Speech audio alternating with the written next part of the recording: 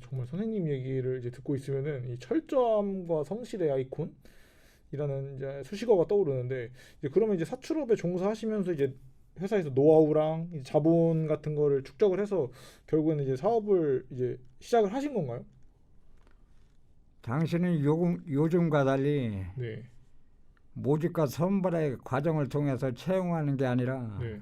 인력사무소에서 대충 보고 애들을 데려다가 일을 시켰어요. 아, 근데 이제 좀 일 좀 배웠다 하면 네. 돈 받고 아침에 다들 짐 싸고 없어지는 일들이 태반이었어요. 아, 엄청 힘들게 가르쳐 놨는데 네.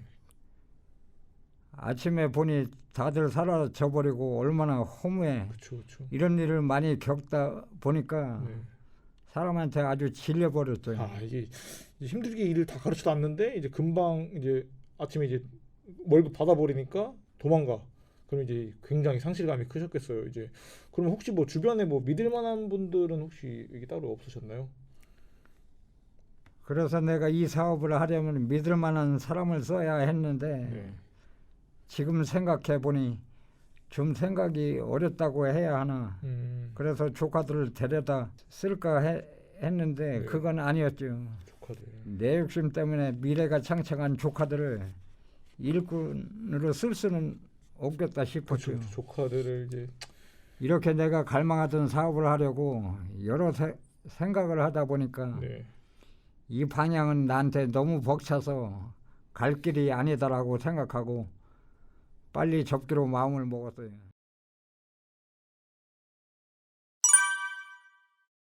괜찮으시다면은 아내분 얘기를 좀 이제 들어볼 수 있을까요? 이게 어떻게 만나셨는지가 이제 일을 엄청 바쁘게 하셨을 것 같은데. 아내랑은 손봐서 중매로 만났는데 사연이 참 길어요. 처음에 소개받고 전화번호를 받고 네. 연락하다가 마누라 만나려고 부산까지 갔어요. 청주에서 부산까지.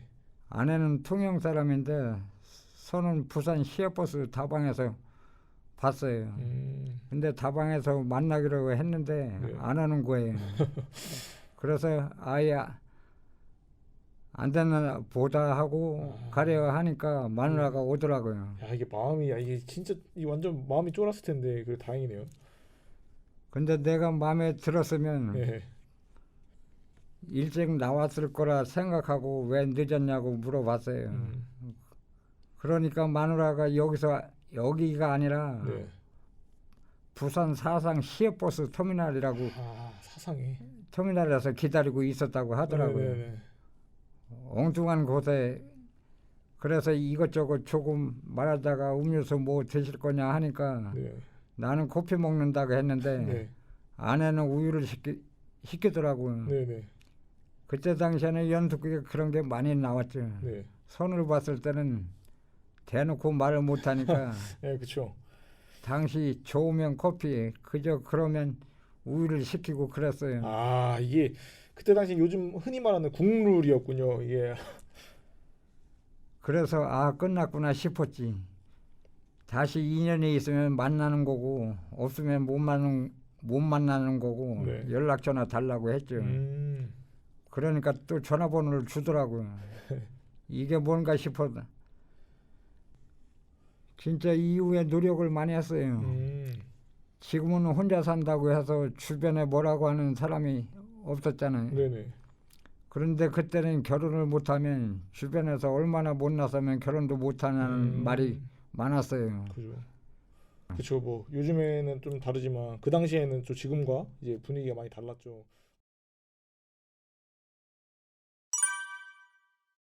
뭐가 하고 싶은 게 있으면 열심히 해서 맘먹으면 해야 돼요. 음. 지금도 내 생활의 신조가 네. 정신이 육체를 다스린다는 것이에요. 아, 삶의 큰 목적이 의식이 있어야 합니다. 목적이 있어야 된다. 이 정신 육체를 다스린다는 생활 신조 이제 정말 멋진데요. 나는 열심히 해서 네. 10년, 15년 뒤에 무조건 이것을 할 것이다. 네. 나는 무조건 할 수 있고 버텨야 하고도 남을 사람이야 라고 음. 생각해요. 네. 몸이 무의식적인 상태에서 계획적이고 살아갈 수 있도록 해야 한다는 거죠. 사람은 누구나 미완성이고 완벽하지 않기 때문에 네. 그 벽을 넘지 못하면 가끔가다 비관적일 수도 있어요. 네. 하지만 내에서 목적의식이 확고히 있다면 비관적인 생각이 긍정적인 생각에 껴들 틈이 없죠. 그쵸, 그쵸. 아, 이게 진짜 맞는 말인 것 같아요. 이제 아무래도 목표가 있으면은 사람들이 어떻게 보면 그걸 원동력 삼아서 더 열심히 살게 되죠. 나이가 젊었을 때는 내가 목적한 것을 이루기에 무조건 일만 하다 보니까 네. 잘 몰랐는데 지금은 이 공기 좋고 나무 있는 데서 이런 경치를 느낄 수 있다는 것에 감사해요. 똑같은 시간 장소가 주어졌는데 나이 들어서 보니까 그 관점이 다르더라고요. 택시를 운행하다 보면 네. 뒤에 기사인 나에게 전도를 하는 승객이 타기도 해요. 네. 교회는 나오라고. 아, 교회 나오게 전도하시는. 네. 그럼 저는 그 생각한테 네. 천국이 어디냐고. 네. 지금 이렇게 열심히 행복하게 살고 있는데 지금 살고 있는 이 현 시점이 지상 낙원이고 천국이라고 말합니다. 아, 그렇죠. 이제 기사님께서는 이제 그렇게 이제 전도하시는 분께 말씀하신 만큼 늘 꿈과 목표를 가지시고 긍정적으로 살아가는 것을 좀 중요하게 생각하고 계신다는 거죠.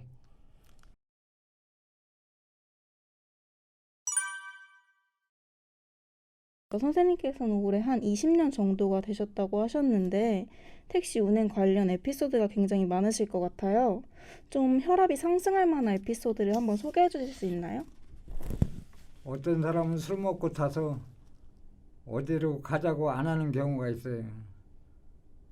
그냥 골목 나올 때마다 좌회전, 우회전 그렇게만 말하는 거죠. 내 옆에 타서 다리 쫙 올리고 아들한테 말하듯이 예의 없게 말하는 경우가 덜어 있죠. 그러면 한마디 하고 싶어도 그렇게 갈등 상황을 만들게 되면 피해보는 건 사업주라서 더 열이 받는 거죠. 아, 그런 사람들도 진짜 있군요. 듣기만 했는데 진짜 제가 열이 받네요. 이건 혈압이 상승할 건 아닌데 나이 드신 분이 술 잔뜩 취해서 타셨어요. 근데 가다가 룸미러로 보니까 사람이 없는 거예요. 아까 분명히 탔는데 알고 보니까 술이 하도 취해서 의자 밑에 일자로 뻗어버린 거죠. 깨워서 택시비는 받지도 않고 그냥 보냈는데 내리자마자 건물 상가에 유리가 있었는데 거기에 가서 꽝하고 들이받는 거예요. 택시비는커녕 112에 신고를 해줬죠. 와, 그쵸. 이제 많지 않은 시객분들이 탑승하시면 진짜 굉장히 곤란하시겠어요.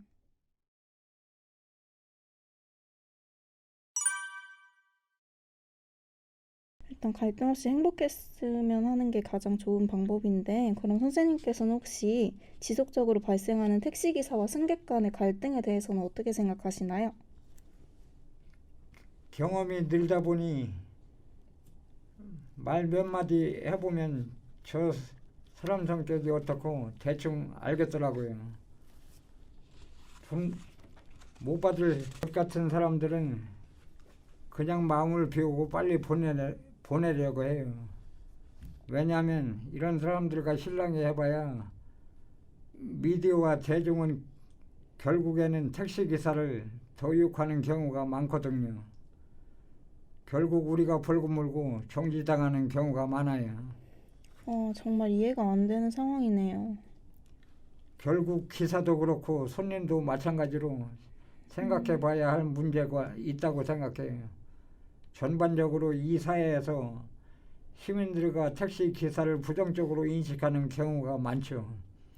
근데 배운 사람들이 택시 일하는 경우도 정말 많고 정직하고 성실한 사람들도 정말 많거든요. 모든 기사들이 완벽하지 않고 모든 승객들 또한 완벽할 수 없으니 이제 서로 맞춰가면서 세상을 만들어 간다는 거에 저도 굉장히 공감하는 부분입니다.